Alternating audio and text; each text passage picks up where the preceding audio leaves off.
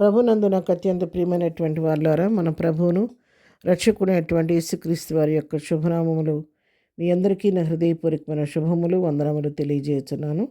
ఉదయకాల సమయంలో దేవుని వాక్యాన్ని ధ్యానం చేసుకుందాం. ఈరోజు వాక్య ధ్యానం కొరకు మనం తీసుకున్నటువంటి లేఖన భాగము మత్తయి సువార్త 6వ అధ్యాయం 18వ వచనం.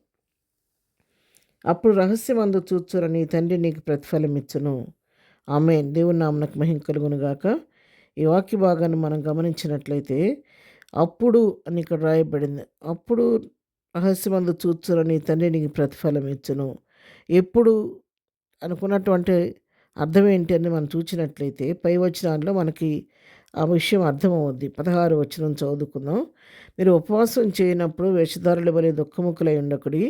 తాము ఉపవాసం చేయుచున్నట్టు మనుషులకు కనబడవలనని వారు తమ ముఖములను వికారము చేసుకుందరు. వారు తమ ఫలం పొంది ఉన్నారని నిశ్చయముగా మీతో చెప్పుచున్నాను.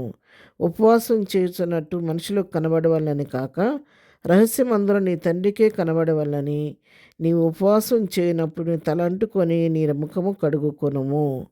ఆమేన్. చూసారు, ఇక్కడ ఉపవాసాన్ని గురించి రాయబడినటువంటి మాటలు.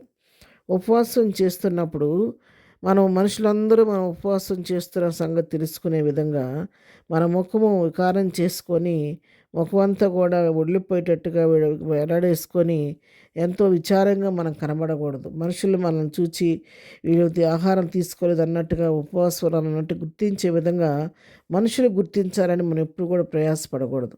మనుషులు చూడాలి, మనుషులకు తెలియాలి నేను ఉపవాసం ఉండాలి అన్న సంగతి వాళ్ళకి అటువంటి ఆలోచన ఎప్పుడు కూడా మనకు ఉండకూడదు. ఎందుకంటే ఆ విధంగా మనం మనుషులకు మెప్పించడం కోసం మనుషుల కొరకు మనుషులకు తెలిసే విధంగా ఉపవాసం ఉంటే దాని ఫలితాన్ని మనం పొందలేము. పైగా అలా చేసే వాళ్ళని దేవుని వాక్యం ఏమని పిలుస్తుందంటే వాళ్ళు వేషధారులు అని చెప్తుంది దేవుని వాక్యం.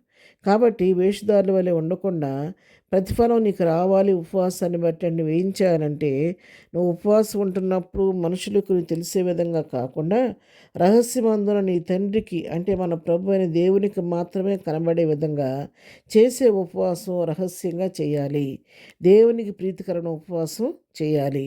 ఆ ఉన్నప్పుడు ఉపవాసం ఉన్నప్పుడు చక్కగా తలకు నూనె అంటుకొని ముఖం కడుక్కొని ఎంతో ఉత్సాహంగా సంతోషంగా కనబడాలి. చూసే వాళ్ళకి మనం వికారంగా కనబడకూడదు. ఆ విధంగా ఉన్నప్పుడు దేవునికి మాత్రమే మనం చేస్తున్న ఉపవాసం తెలుస్తుంది, కానీ మనుషులకు తెలియదు. ఆ విధంగా రహస్యంగా దేవునికి ప్రీతికరమైన దేవునికి ఇష్టమైన దేవునికి అనుకూలమైన ఉపవాసం మనం చేసినప్పుడు దేవుని దగ్గర నుంచి ప్రతిఫలాన్ని మనం పొందుకోగలుగుతాం.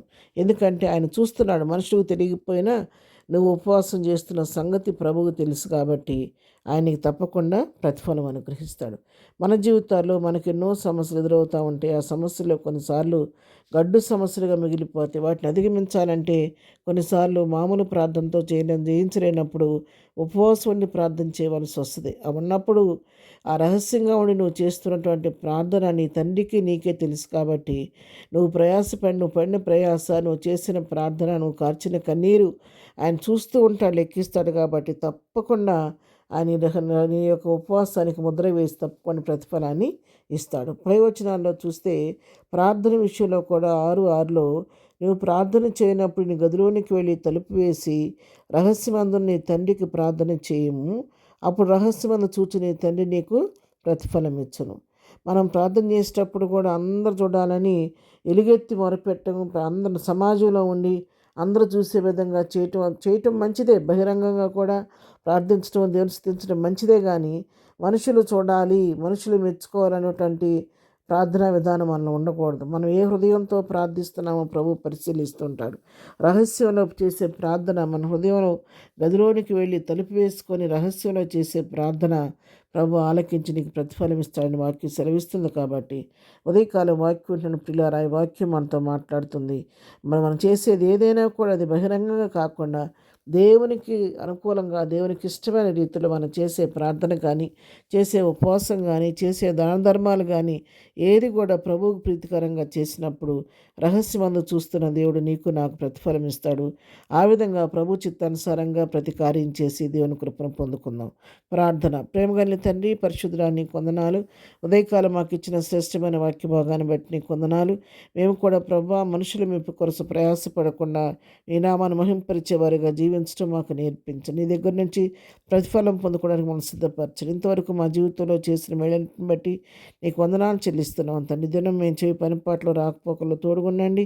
ఈ దినం బర్త్డే మ్యారేజ్ చేసుకుని మనల్ని దీవించండి, ఆశీర్వదించండి, వాళ్ళ అవసరాలు మీ నామను తీర్చండి. బలహీన గుణములు స్వస్థపరచండి. ఎవరికి ఏ సమస్య ఉన్నా పరిష్కరించి ప్రతి వారి సమస్యలు జయమిచ్చి మీ నా నోటి నౌకలు చేయమని, ఉద్యోగాలకు ఎదురు చూస్తున్న వీళ్ళకి ఉద్యోగాలు దయచేయమని యేసునామలో ప్రార్థించేడు కొంచెం తండ్రి. ఆమెన్. ప్రభు కృప సదాకాలం మనందరికీ తోడై నడిపించును గాక. ఆమెన్.